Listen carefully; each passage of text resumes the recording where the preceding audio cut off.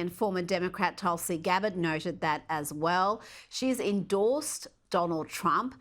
She told the National Guard Association of the US, of which she is a veteran, that Trump understands better than Kamala Harris the grave responsibility of the office. And she also explained a little bit about why, after 20 years in the Democrats, she is now backing Donald Trump. So I mean what I say when I share with you that I know that President Trump understands the grave responsibility that a president and commander-in-chief bears for every single one of our lives. Whether you're a soldier, you're an airman, a Marine, sailor, or a coastie, he keeps us in his heart in the decisions that he makes. We saw this through his first term in the presidency, when he not only didn't start any new wars, he took action to de-escalate and prevent wars. He exercised the courage that we expect from our commander-in-chief in exhausting all measures of diplomacy, having the courage to meet with adversaries, dictators, allies, and partners alike in the pursuit of peace, seeing war as a last resort. The truth is, as we head towards our decision as a country in November, the same cannot be said about Kamala Harris. In fact, the opposite is true, and we're living through this reality today as this administration has us facing multiple wars on multiple fronts and regions around the world, and closer to the brink of nuclear war than we ever have been before. This is one of the main reasons why I'm committed to doing all that I can to send President Trump back to the White House, where he can once again serve us as our commander-in-chief. Josh, she also spoke about observing Donald Trump with the Gold Star families and noting how he really understands and appreciates the sacrifice of those who serve. This is a powerful endorsement. Extraordinarily powerful. I mean, it's probably important to remind the viewers here, Tulsi Gabbard ran for president of the United States as a Democrat just 4 years ago. I mean, she was in that very crowded primary, the primary that Joe Biden ultimately won, the primary, by the way, in which Kamala Harris did not get a single primary delegate because she was out well before the first votes were cast. But, this is consecutive weekdays, Rita. So the Tulsi endorsement was Monday here in the U.S. RFK Jr. endorsed on Friday. Those are two very, very, very prominent ex-Democrats who are endorsing Donald Trump now, frankly, for very similar reasons, too, actually. If you connect the dots between these two high-profile endorsements, they're both talking a lot about the fact that Donald Trump is a man of peace, which actually makes a great deal of sense when you consider the fact that during his 4 years as president, the world was not on fire in virtually every geopolitical and strategic theater that you can name. Vladimir Putin did not invade Ukraine. Iran, Hezbollah, Hamas were not circling up on Israel. Maduro down in Venezuela was not trying to invade oil and natural gas fields next door. China was contained in the East and South China. I could go on there, but it's such a turning of the script, Rita, from where the two parties here in the U.S. were as recently as 15, 20 years ago. Back when John McCain was running for essentially a third Bush term back in 2008, Republicans at that time were the party of spreading democracy and these moralistic boondoggles overseas.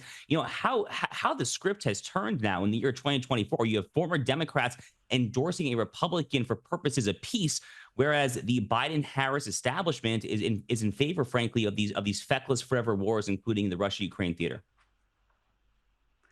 And let's not forget that when Trump first ran, one of the biggest warnings we kept hearing is he's going to start World War III. It's going to be catastrophe for the world, not just America. And of course, we had 4 years of peace. We had the Abraham Accords. We had all sorts of normalizations of relationships.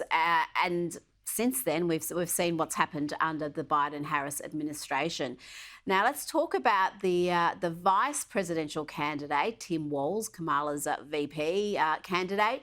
He's been accused of lying again. Walz has already stretched the truth, and that's putting it kindly, on his military service, his wife's fertility journey.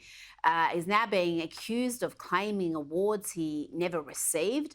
A 2006 letter from the Nebraska Chamber of Commerce has resurfaced, reprimanding the then congressional hopeful Walls for claiming on his website that he had received an award from them in 1993 for his work with the business community. The letter is fairly strongly worded. It reads, "We researched this matter and confirmed that you have not been the recipient of any award from the Nebraska Chamber of Commerce. I'm not going to draw a conclusion about your intentions by including this line in your biography. However, we respectfully request that you remove any reference to our organisation as it could be considered an endorsement of your candidacy."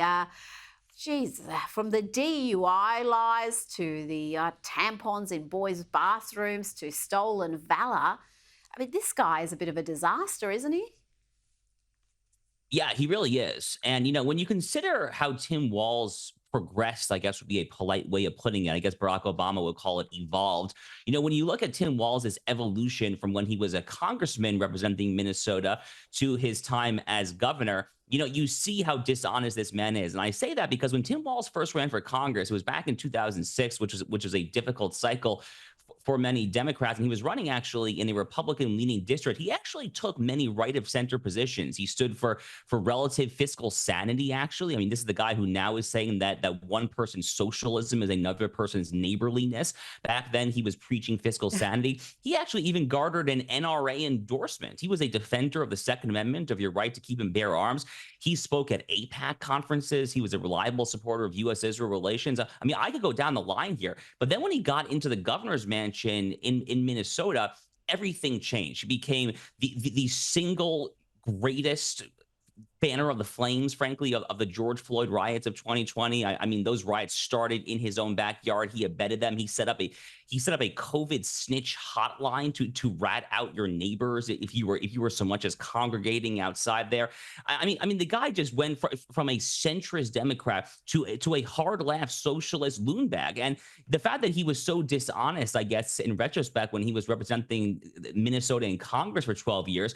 I mean, you look here at these statements from the Nebraska Chamber of Commerce, it kind of all makes sense. But, Rita, hearing that quote there, and it's a rather funny quote, actually, from the Nebraska Chamber of Commerce, here in the United States, I guess the equivalent expression of what they're trying to say, at least in the southern U.S., would be "bless your heart," which is a very, shall we say, kind way of giving someone the middle finger. Yes, it sounds polite, but it's not. Now, Trump may have got the endorsements of Robert F. Kennedy and Tulsi Gabbard, but I think the most powerful endorsement he has in recent days is this, because many establishment Republican figures, the Rhinos as they're known, Republicans in name only, are throwing their support behind Kamala Harris. There's around 200 former staffers of President George Bush, George W. Bush, and Senator John McCain and Mitt Romney backing Kamala. And I think this is wonderful news for the Trump campaign. I wouldn't be surprised if this makes his next ad. Yeah, I mean, this actually is really exactly what I was talking about just a few minutes ago. I mean, how the parties have switched over the past 15, 20 years or so. I mean, back then, the Republicans were really the party of these neoconservative boondoggles. They were the party of laissez-faire fundamentalism when it came to so-called free trade with our geopolitical foes, such as China. And back then, at least the economically populist, bordering on socialist wing of the Democratic Party purported to stand against those things. They were against wars. They were against free trade absolutism. They supported economic nationalism. And, I'm simplifying a little bit here, but 15, 20 years later, the script seriously has changed there. So, I mean, I'm not particularly surprised that a lot of these flunkies, the people that failed us in Iraq and Afghanistan, that had the wrong idea, the people that had this idea that admitting China to the World Trade Organization on a most favored nation status with the United States, the people that thought that would somehow end up as a good deal for the United States taxpayer, for the United States worker in the Rust Belt, the people that thought that would be a good idea to give our arch geopolitical foe the very rope with which to hang ourselves. I'm not surprised that these bunch of bumbling idiots are now endorsing the Democratic Party, because the party of Donald Trump and the current Republican Party has moved in a very different direction. I am happy with that, and I am frankly happy that they are not happy with that. Now, Josh, Facebook is claiming that it made an error, an innocent error, when it removed a page critical of cultural Marxism. This was a page connected to conservative liberal arts college Hillsdale. But these mistakes are happening way too often near an election, and it always seems to be in the same direction. They claim it was just taken down in error, it's been restored, but I'm a little bit dubious of that because I see this over and over again. And as I said, it seems to be these mistakes are only ever made against conservatives.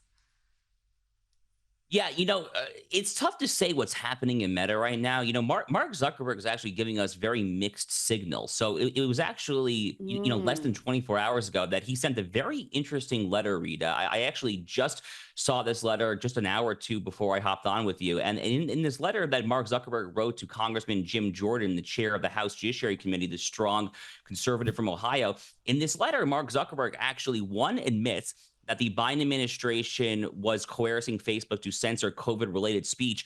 And then he says that he regrets not speaking up in hindsight because the government's trying to censor Facebook is actually wrong. So he's trying to do a bit of an about face here. And I also note that after the near Trump assassination in Butler, Pennsylvania last month, I also note that Zuckerberg had an interview where he said that Donald Trump came off looking like a total badass, frankly. So, I mean, I'm not sure exactly what Zuckerberg is thinking these days. He's giving us very mixed signals here, to be honest with you. What I do know is that I have long been of the opinion that we need something closely approximating common carrier regulation, the same way that your cell phone is regulated and you can't censor on the basis of content there. That is the way it should be for the social media platforms as well.